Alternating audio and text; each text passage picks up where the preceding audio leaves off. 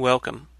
I'm Sebastian Mahfood, and you're listening to WCAT Radio, the on-air wing of En Route Books and Media, bringing you the dulcet sounds of Catholic wisdom. Good morning.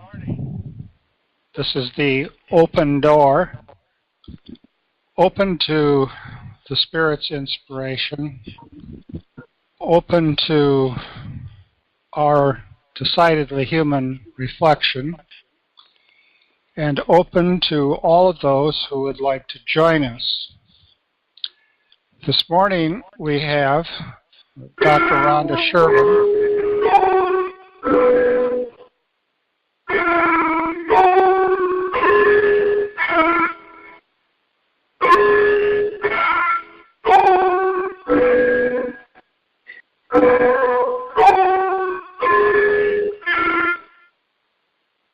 Well, good morning.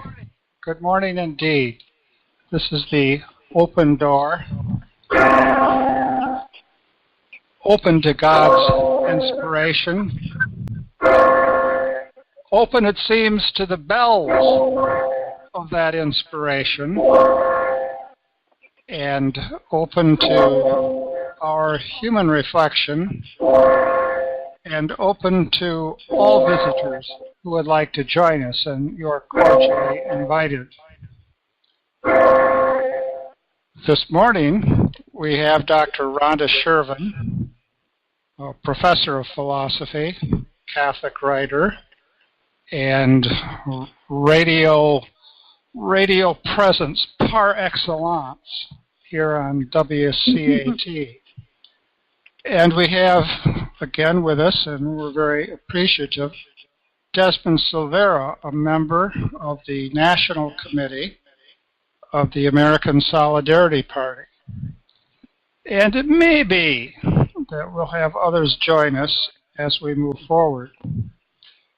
Today, our agenda, and this has been the case for the past several weeks, is examining a plank a week. We walk the plank every week. A plank every week from the American Solidarity Party. This week the plank is titled Civic Engagement. And it's a plank that directly connects with a problem that the Solidarity Party is dealing with right now. How to widen civic engagement, and how to widen civic engagement to a richer presence of political parties rather than the grim hegemony, to borrow a word that I don't much like, of Republicans and Democrats and that ilk. But Dr. Sherman has always encouraged us to deal with specifics and particulars. And she's asked in particular that we propose, not playfully, but seriously, that we propose a specific law, both on the state level and the national level, that the party would support. And perhaps a variation on that law might be a law that the party would propose once we gain the microphone in the public forum. And then, too, in with the new, out with the old, we're going to consider a law, again, both at the state level and at the national level, that the party would want to eliminate some of our older auditors, some from a more mature generation, indeed some from what has been called the Great Generation. Perhaps remember a cartoon strip that was titled, "There Ought to Be a Law." And there were a number of proposals and a number of people who commented and contributed because it was a reader contribution-based cartoon strip, would sometimes say there ought not to be a law. But we're going to be more serious than the cartoon strip. And so let me begin, and I'll make my contribution brief and pithy. Just for those who think, no doubt they're few and far between, that the American Solidarity Party doesn't appreciate what's done in the mainstream, however polluted the mainstream might be. There was a law officially signed and sealed within the last day or two by Governor Jerry Brown. And so often his name elicits a frown, but Governor Brown signed in a bill that's called a kind of a Good Samaritan bill, and it's a bill that frees the way for corporations of various sorts, and I'm thinking particularly of Starbucks, to make available to food banks and other organizations of that sort, make available their products that haven't been sold in a timely fashion, and maybe even haven't been sold in a timely fashion plus a day or two. It's called a kind of a Good Samaritan law, in that the people who would be using this food in order to help meet the needs of people who really need it, that the whole process would be facilitated. Nobody would be suing anybody in case some untimely mold developed on a croissant. And that's an example of freeing up business in order to help very, very local, very definitely local groups meet very, very specific needs.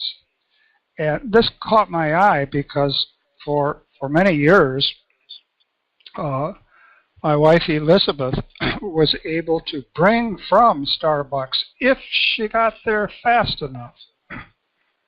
12 hours wait would make it 12 hours too late. If she got there fast enough, she could take their extra bakery products and bring them to the Missionary Brothers of Charity in the famous Pico Union area of Los Angeles. So that's a bill I'd be enthusiastic about. And what do you want to say? I love the idea. I'm thinking if the Democratic Party, which has all this clout through Jerry Brown, can do such a thing, what is distinctive that no Democrat would do that we're doing in the American Solidarity Party? And the most obvious thing is being anti-abortion and wanting a law against abortion. So I'm delighted that Jerry Brown is pushed through this bill, because I have a big sense of social justice and I hate waste. And so I think this is an absolutely wonderful bill, but it raises the question, are there any things besides abortion that, or maybe euthanasia, that are characteristic of our party, the American Solidarity Party, that the Democrats wouldn't do? See, right away, Rhonda's asking a pointed question. Sebastian, do you have a quick reply?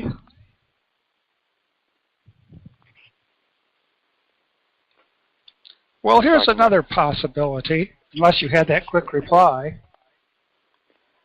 This is Desmond. I don't have. I'm sorry, Desmond. Golly. I don't have a quick reply, but that's a tough one, Rhonda, because everything that jumps out to me is obviously life-related. Did you have something that you had in mind? No, I didn't, but I mean, I think... All right. Well, it just so happens. I wanted to just hear what you would say. It just so happens, Desmond, I can't move you up to Sebastian, the producer's place, at least not yet. It just so happens that Ross Heckman, another California Solidarity Party stalwart, has helped us to see and get a background on the tortured question of water distribution in the state of California. So we're thinking statewide here. And ordinarily, the block is between the big cities, controlled by Democrats, and the countryside, the agricultural areas in which Republicans are alive and well. And usually what this leads to is an impasse in water distribution. Now, what the American Solidarity Party could do, and what Ross Heckman is encouraging us to do, and he has very detailed proposals that he examines, it seems, on an almost daily basis on the Facebook page of the Solidarity Party, ways to break that impasse by suggesting very practical, very specific procedures to make water available, beginning with, parallel with we need food, every one of us every day, making water available to some areas of California that still don't have access to fresh water. It has to be trucked in. Now, I can't go into particulars on this aquatic front, but I know that instead of having Block A cities versus Block B agricultural corporations, we can have on-the-ground people who can appreciate the needs of specific communities to have fresh water. We can do some legwork, and Heckman has been doing some legwork and make specific proposals. That would be an area in which we could serve as catalysts. That sounds like a good one. In you mentioning that does jar my memory. There are plenty of areas in the American Solidarity Party where we advocate for things that neither the Republicans nor the Democrats would advocate for, and I guess the most obvious one outside of the life issues is reform of the of our voting processes.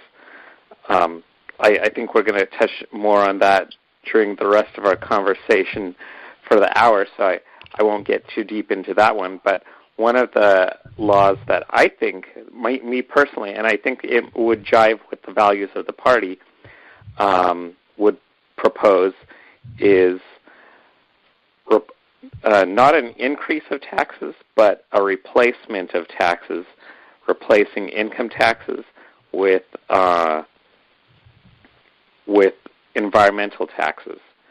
So as people consume natural resources, the tax would be levied at the point of consumption and displace some of the income taxes that people pay. I'm not sure how widely favored that might be, but it's something that I would support. What would be a particular point of consumption, Desmond? So, for example, logging or marine fishing or I'm not sure if we have much mining over here in California, at least not anymore, but mining, the extraction of fresh water, What about logging in Northern California? I did say logging, yes. Yeah, that would be stuff like that. It would certainly increase the costs of goods, but I think by putting a tax on the natural resources, they would be used more wisely, and by decreasing income taxes, there's less of a disincentive for productivity. I know a lot of people are against the gas tax that's being proposed. I personally am in favor of it. That had come to mind too, and Rhonda, I haven't forgotten that you're about to enter this discussion, but specifically on the gasoline tax, there is a commentator who is oftentimes thoughtful and who from time to time is mentioned in discussions by the Solidarity Party. David Brooks, who has a regular column in the New York Times. Now my beef with Brooks is that when the going gets serious, he turns to sociology, which in my mind is a huge mistake. But he has oftentimes said that American foreign policy can be carried out by major parties, and the wide range of people ignore what's going on because it doesn't have any visible immediate effect on them. So he has proposed increasing taxes on gasoline precisely to offset the costs of very often interventionist foreign policy measures, so that people know what's going on because it has a direct effect on their at least weekly lives, and because they'll have to think about why these taxes are going up on gas. Well, they're going up on gas because of what we're doing in the Middle East. Now, do we really want to do that? And this is a way to lead people to think long and hard rather than to allow the whole thing to be dealt with in Washington by either the Republicans or the Democrats. Now, Rhonda, I filibustered. I'm sorry. Yes. No, I just got a fantastic idea. Okay, now it relates to caring for your elderly members of your party. There must be others like me, I'm 80 years old, who don't do Facebook because we can't figure it out. So, we can't figure out how to do it without getting 50 emails a day, 50 Facebooks a day of people who will feel offended if we don't tell them we're glad they had ice cream last night.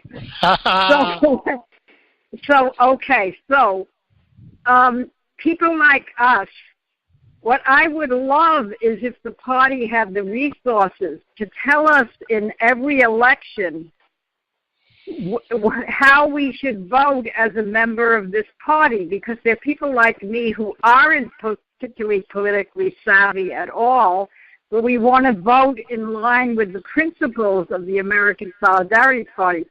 So in the next election that I could vote in here in Corpus Christi, I don't have American Solidarity. We don't have a group here in Corpus Christi yet. I don't drive. I can't go to Houston or San Antonio to meet people. Okay, so if I could know, in line with American Solidarity principles, this is how we suggest you vote on these measures, I would be ecstatic, because my vote could count. Aha, excellent proposal.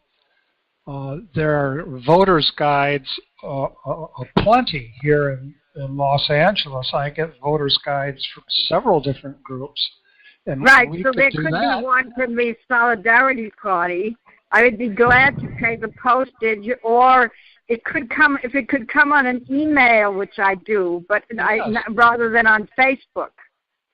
Well, perhaps you, and thinking of the the cutting edge of mature leadership, perhaps you and Archbishop Cressida could form the group that would do that. Well, I don't think Cressida is. I don't think Archbishop Cressida is in the party. I think he would be Republican, wouldn't he? Well, it's up to you to lure him away.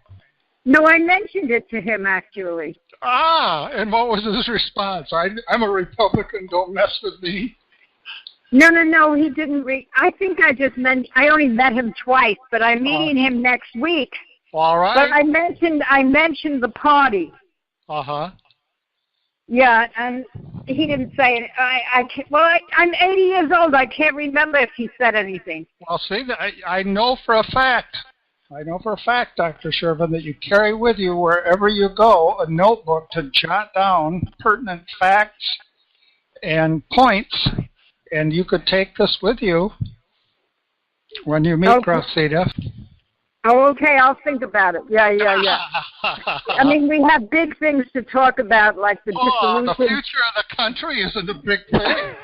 No, the future of the church. Aha. You know what I mean. I do indeed. Yeah, and I only have half an hour, so, but in any case, however you see this thing, it would be good if people, this would be a really practical thing to help us vote for particular measures in our areas that are important.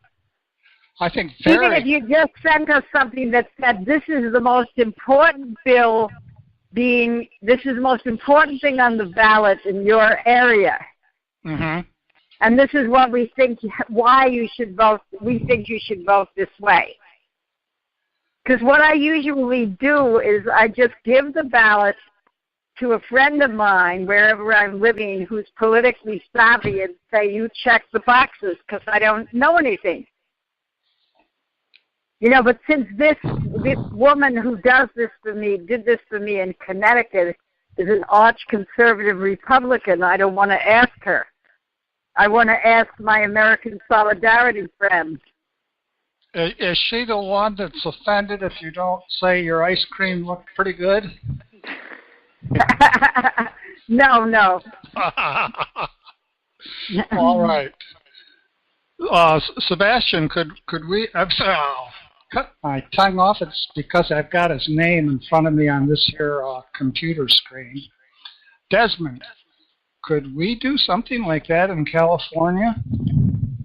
I know that at the last election we certainly discussed all that. I'm not a part of the state committee, but as a chapter, we discussed what should we endorse and what we should not endorse. And because we were pretty small at that point, I think we didn't end up emailing anyone. But I think that it's got to be a certainty that something like that would happen at the next election. We've grown quite a bit, and we're much more savvy about how things should take place. So I think it's a given. It would be up for each state chapter or local chapter to have their own voter's guide. We at the National Party wouldn't force that upon any state, and we obviously don't know the laws that are being proposed in each locality. But so with Dr. Ronda, I think that would depend on the Texas chapter, but they're a very large, vibrant chapter as well. So I would think that they'd have a voter's guide that they email out to people. Just here in Southern California, I have an email list of maybe 50 or 60 people who are either in the party or have shown interest in the party. And it would be the easiest thing in the world to put together an email voting guide for local questions. Well, okay, if you, Jim, or you, Desmond, could mention this to the Texas people, that would be wonderful. I suppose I'm on their list, but you see, Texas is huge, so it's not as if San Antonio is just like an hour away from Corpus Christi or something. Sure, I'll certainly mention it. I think a lot of the leadership is over in the Houston area, so I agree that it may not be super convenient for you. But I'll mention it, and I think that they would likely go along with that idea. This is a bit of an extrapolation, but Desmond is emphasizing how this would be something done at the local level, and that the National Committee wouldn't impose an agenda. I was struck by the language that was used, and here comes the extrapolation. The language that was used with respect to the same-sex marriage vote in Germany, and that's not so very long ago, it was approved. Angela Merkel, who was a member of a Christian Democratic Party, opposed it, even though the proposal was at the national level accepted, spoke about how people in the party were free to vote their conscience.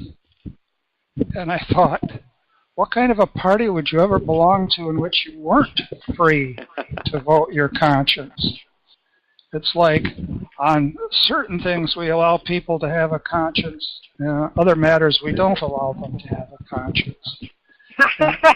I think this is an abuse of the term conscience. And it has bearing, widespread bearing. I mean, it's reflective in so many ways. One way is that the American Medical Association, various subgroups, subcommittees, and so forth, have even attempted to define conscience.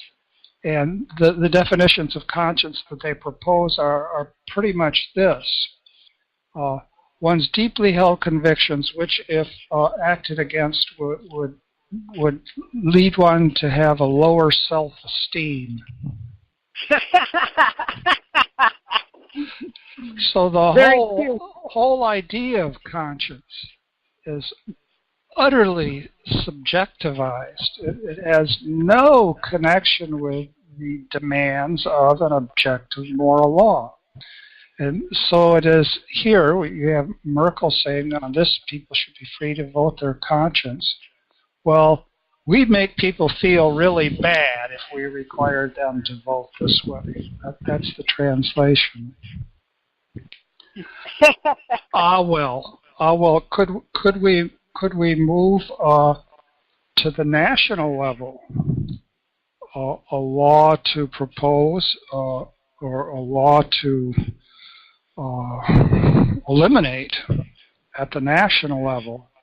Would it be possible to do this without direct reference to life issues, for examples?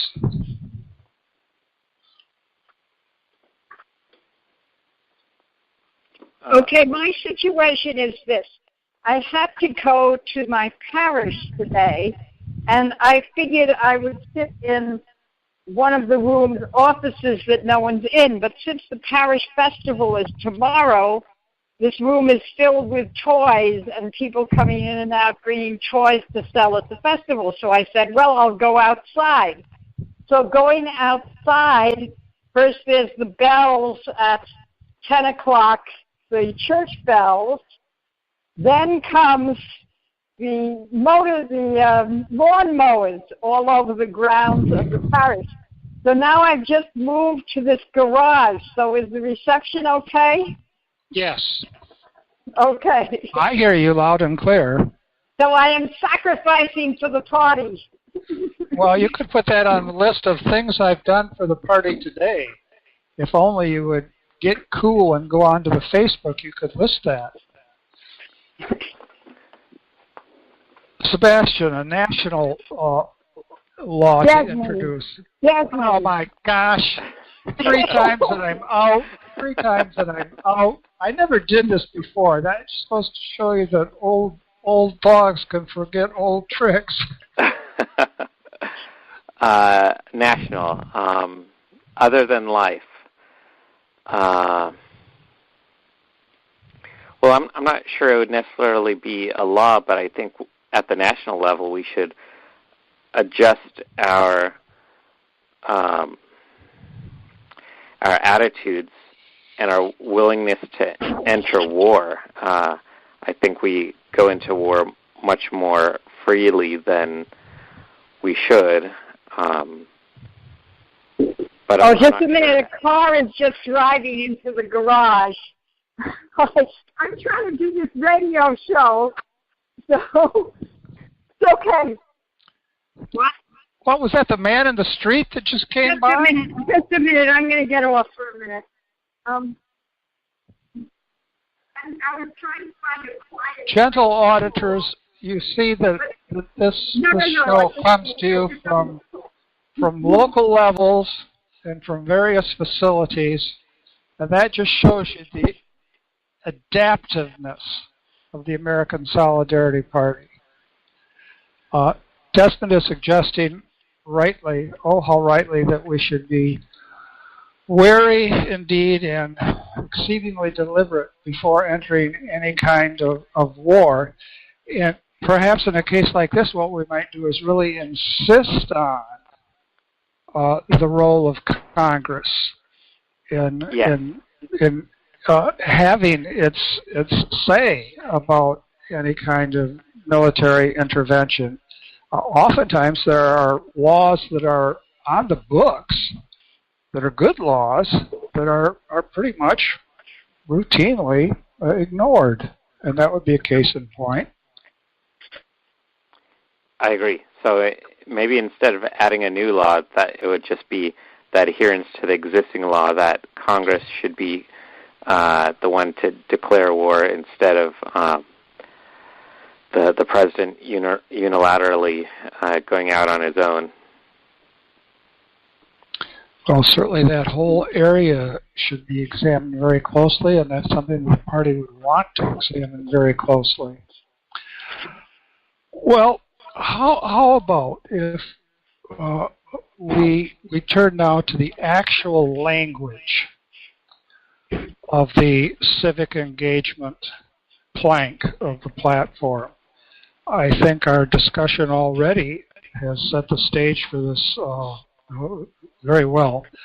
But I'll begin, and I'll begin as usual with the couple-sentence long introduction to the plank, and then we can move ahead to specifics. Civic engagement. The American Solidarity Party calls for the reform of electoral laws at every level of government in order to encourage voter participation by all citizens.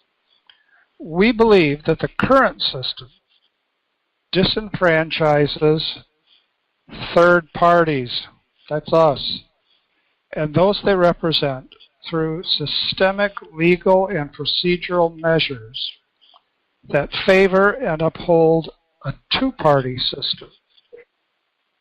So what do we have? The American Solidarity Party calls for the reform of electoral laws at every level of government in order to encourage voter participation by all citizens. We believe that the current system disenfranchises third parties and those they represent through systemic legal and procedural measures that favor and uphold a two-party system. Well, this calls our attention to across-the-board voter participation, but it also calls our attention directly to the need to free up the system so that third parties can begin to have a real say. Now, for the particulars, we therefore support, and we have 6 items. Item number 1. And this, I think, is something that most people haven't thought about at all. Alternative methods of voting in primaries and elections in order to make governing bodies more accurately reflect broad candidate choice. Well, what would that be? These include, but are not limited to, approval voting, range voting, ranked choice voting, and instant runoffs. Rhonda, should we ask Desmond to explain those alternative approaches? Yeah, perhaps. I've never heard of any of them. All right. I'd vaguely heard of some of them when I first read the platform back in the day when the fellow who's now holding forth was elected. So start with approval voting, Desmond. Sure, I'd love to. This is something I'm very enthusiastic about, so I could talk for an hour on this stuff. If I get too long-winded, certainly rein me in. But our current hit it. Our current voting system is called plurality voting. That's where each voter gets to vote for one of the options, one of the candidates. And the problem with that is that it's universally considered one of the worst voting systems. It's an ancient voting system. There are much better ones that more accurately reflect the will of the voters. When you vote for a single candidate,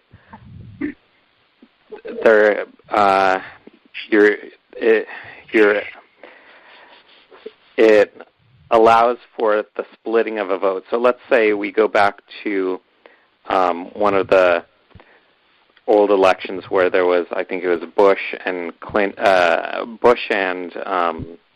and Nader. If a person really wanted to vote for Nader and they thought that he was the best candidate, they would know that he has no chance of winning. So, oh, this is wonderful, Desmond. This is wonderful. Exactly. Yeah, so they would have to vote for Clinton. But with approval voting, that's a different system where each voter gets to vote for as many candidates as they want. So that eliminates the potential to split the vote. In approval voting, a voter would be able to vote for both Nader and Clinton. They both get a point counted towards them, and there's no vote splitting at all. And in our past election, there were plenty of candidates, both at the primary, mostly at the primary level. The voter would be able to vote for as many as they liked. No vote splitting, and even candidates that had a low chance of winning could get a vote counted for them. Range voting is very similar to approval voting, except it goes into more detail. For each candidate, you give them a score, and range voting is sometimes called score voting as well. The range of scores is pretty arbitrary. You can do 1 to 5 or 1 to 10 or 1 to 100 or 0 to 100. The range isn't particularly important. It's that each candidate can be scored depending on how well you like them, and then the points for each candidate are all added up, and the one with the most points wins the election. It may sound a little bit slightly complicated, but it's really not that complicated. It's very similar to how you would rate products on Amazon or rate movies. Think of it as the 5-star rating, where you're giving the options a score, and the highest average wins. That's helpful. Ranked choice is where instead of giving each candidate a score, you're giving each one a rank. So you've got your first choice, second choice, third choice, etc. It's a much better system than our plurality. It's not my favorite, though, because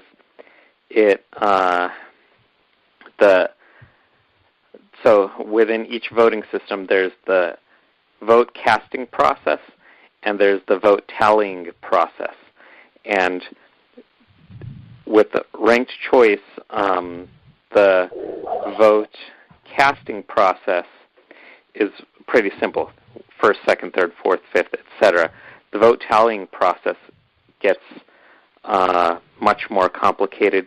You can't determine the winner until all the votes have been accounted for. So you can't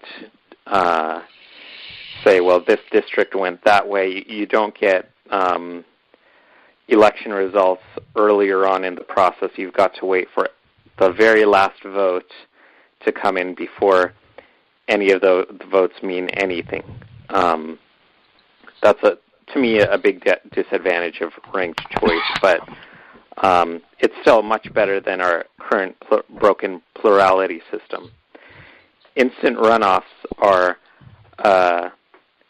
basically the same as ranked choice in the voting process. You're ranking your choices, but the way it works is, and it has the same disadvantages, but the way that it works is that once all of the candidates are ranked, each candidate gets a vote based on the voter's first choice. The person with the least amount of votes then gets removed from the consideration, and anyone that voted for that person, his vote isn't thrown away, but then his second vote gets counted and it gets repeated automatically. It's a little bit more complicated.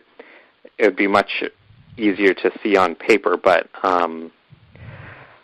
again, it's a much better system than what we have. It's not, in my opinion, it's not as good as either approval or range voting.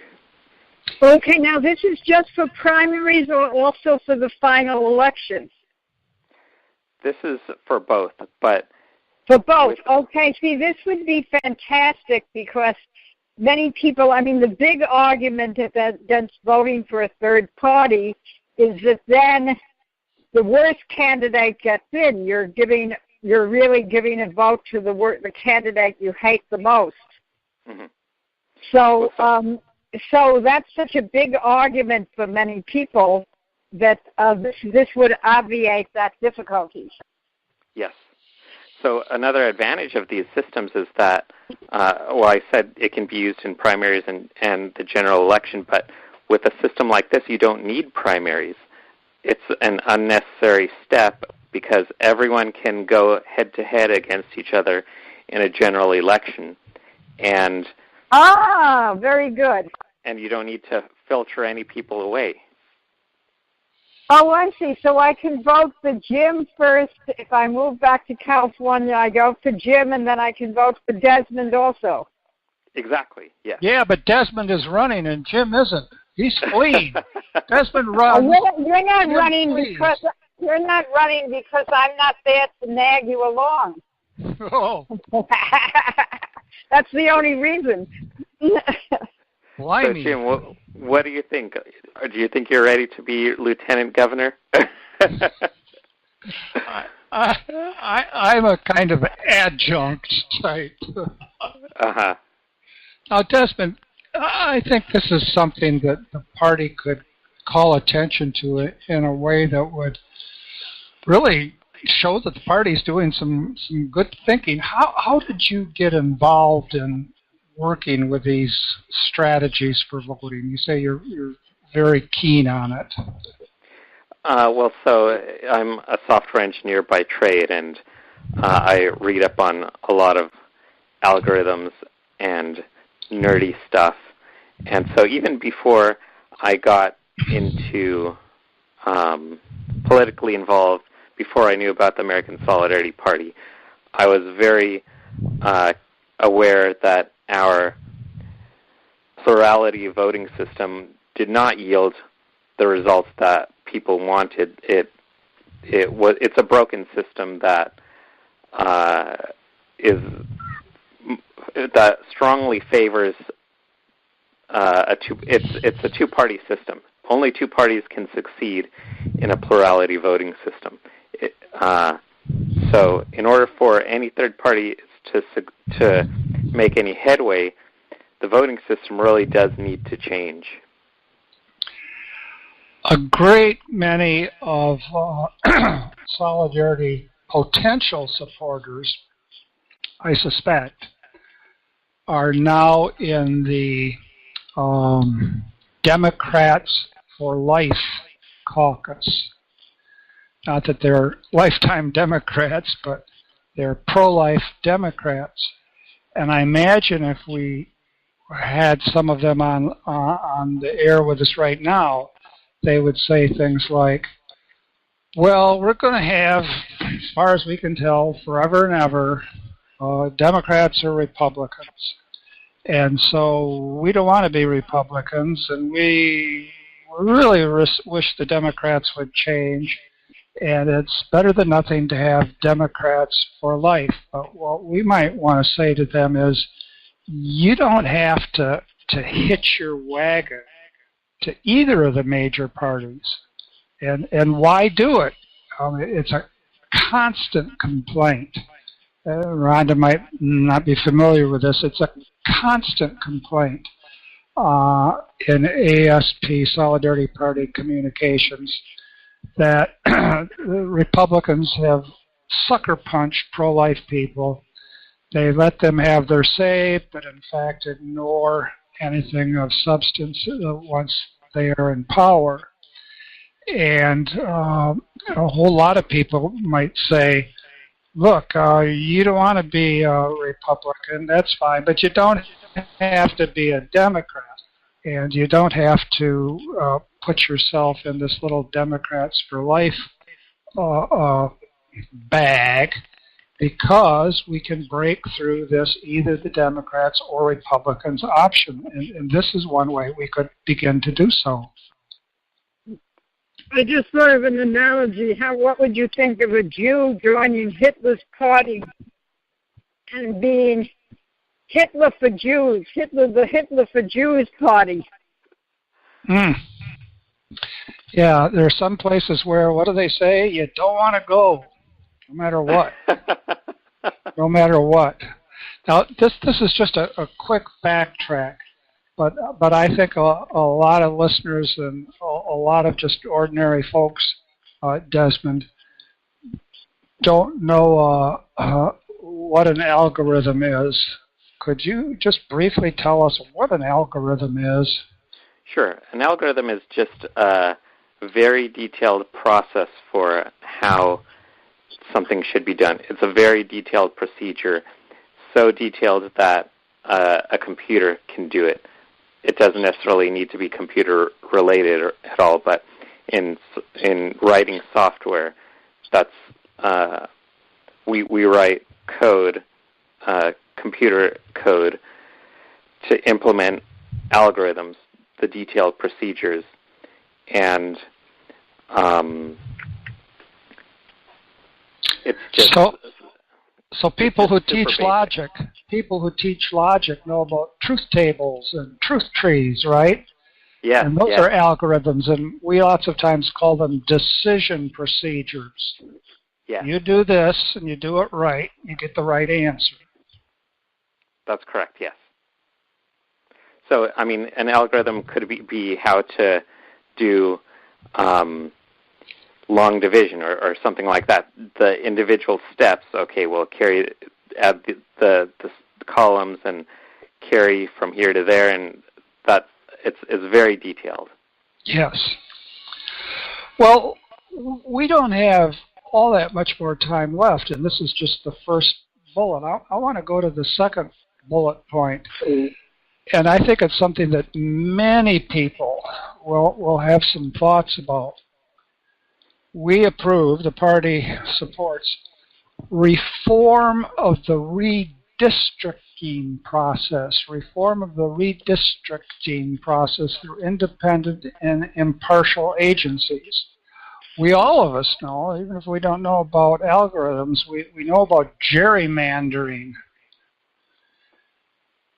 And if you were to look at a map of Texas, or a map of California, or a map of the greater Houston area, or a map of the greater Los Angeles area, and you looked at the voting districts, you would think that somebody had to do something unusual to get districts that look like this. And somebody did. Party leadership. Isn't that the case, Desmond? Yes. So gerrymandering has been a huge problem in disenfranchising voters. It's drawing the lines of a district not for the benefit of the voters, but for the benefit of those that are already in power. Currently, in most places, the lines are drawn by those in power so that they keep power. Back in 2010, California changed. Prior to that, we had the gerrymandered districts that were just as bad as everywhere else.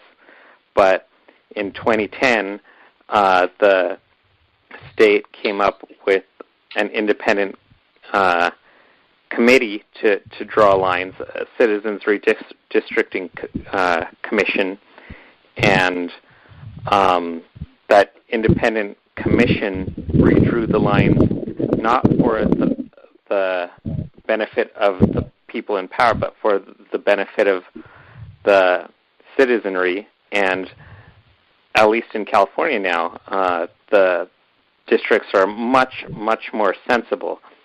There are a few other states and localities that have done similar redistricting commissions run by citizens, and the results have also been good. What we advocate is that this be applied everywhere.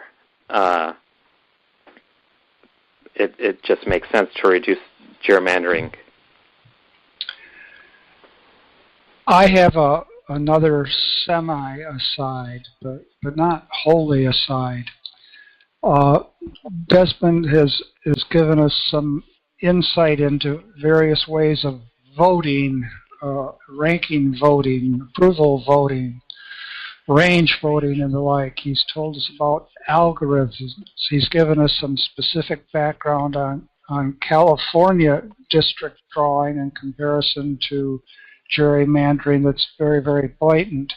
All of this analysis is painstaking. It involves reading studies and seeing what studies show. And I don't think anyone would take it to be exciting, and very, very few people would choose it as their hobby. Now, what's my connection here? Saint Benedict, and we've sometimes spoken of the Benedict option, says what? Ora et labora. Ora et labora. We began our discussion this morning with two prayers, ora et labora, and work. Prayer can take the form of work. And those of us who have been teachers have not felt exalted as we've waded through mountains of student papers, trying to make sense of them and ranking them and the like. Well, the work of nitty-gritty political thinking can become a prayer if it's seen as part of a larger process that leads to justice. And I think it's very easy to dismiss the nitty-gritty of politics, but that would be like dismissing on the part of a teacher the reading of student papers. You dismiss that, and you're not a teacher. You dismiss. Oh, okay, apropos, work someone else could do. Good for you. I just thought of an apropos. Okay, very vague. Has anyone notified the USCB of this American Solidarity Party? Someone should send information to them. United States Conference of Catholic Bishops? Right. Aha. Well done. Yeah, but I'm not, an officer in the party, but someone who's an officer in the party who can keep in touch should do that. Yes, our liaison. The Republicans and Democrats have liaisons, I'm sure. Right. Bishops. This is a small potatoes version of it, but I frequently recommended the party to Angelus, which is the news service of the Archdiocese of Los Angeles. And every day people hear from Angelus. And it's really the case that in California, the California Catholic Conference, while having its heart in the right place, oftentimes, I think, has, in effect, made their own lives too easy by joining every coalition that knocks on their door. And that might be okay so long as they were up front and said, we are in this coalition, but let us not forget that XYZ members of the coalition habitually and aggressively attack Catholic teaching whenever they have the chance. But instead, the easy photo op Yeah, so you're the ideal person. You're the ideal person to write this manifesto with the literature on the Solidarity Party. You can do it all by email, probably. Well, I do a lot of emailing, and on occasion I hear back. At any rate, we are now closing in on 4 minutes. So, for 2 minutes or 3, I want to ask Desmond, how are these things affecting your, the particulars, the nitty-gritty, affecting your examination now of the pros and cons of running for governor here in California? You're talking about these specifics that we've talked about? Yes. So, I understand that because of the state of our voting system and our well, we're not gerrymandered anymore, but because of the way that our system has been set up to favor the major party candidates over anyone else, I know that everyone else is at, all third-party candidates, all the independents are at a major disadvantage. That doesn't particularly have any bearing on my choice to run. I know that I'm not going to it's hard to say this because I don't want people to get the wrong impression, but I'm not going to win. But if I can introduce new ideas and get people to understand the problems that our state faces and what the American Solidarity Party proposals can do to improve the situations, then it'll be a win-win, and I'm setting us up for future elections where we will have better, potentially more of a chance. You'll have a bully ballot opportunity. Mm-hmm. You might not get the pulpit, but you'll get the ballot.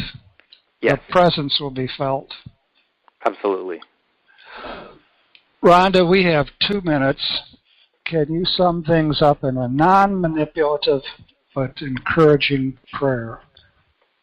Okay, I thank you, Lord, for the presence of my dear brothers here, Desmond and Jim, who are so knowledgeable and willing to teach me and anyone who's listening more about this wonderful initiative, the American Solidarity Party. And we hope that people will call in more. So Holy Spirit, inspire people to call in, to ask questions, and give courage to our leadership and our party members to continue in this pursuit. And a coda, let us send up our poor prayer for the continued recovery of Bob Olson, who we understand now is up to dealing with emails. His strength has perhaps not returned to the level of Facebook presence, but he's up to dealing with emails, which ain't half bad when you're 85 and undergoing chemo. So we remember him in our prayers. God bless one and all. We'll be back next week, same time, same station. Thank you. Thank you. Bye-bye.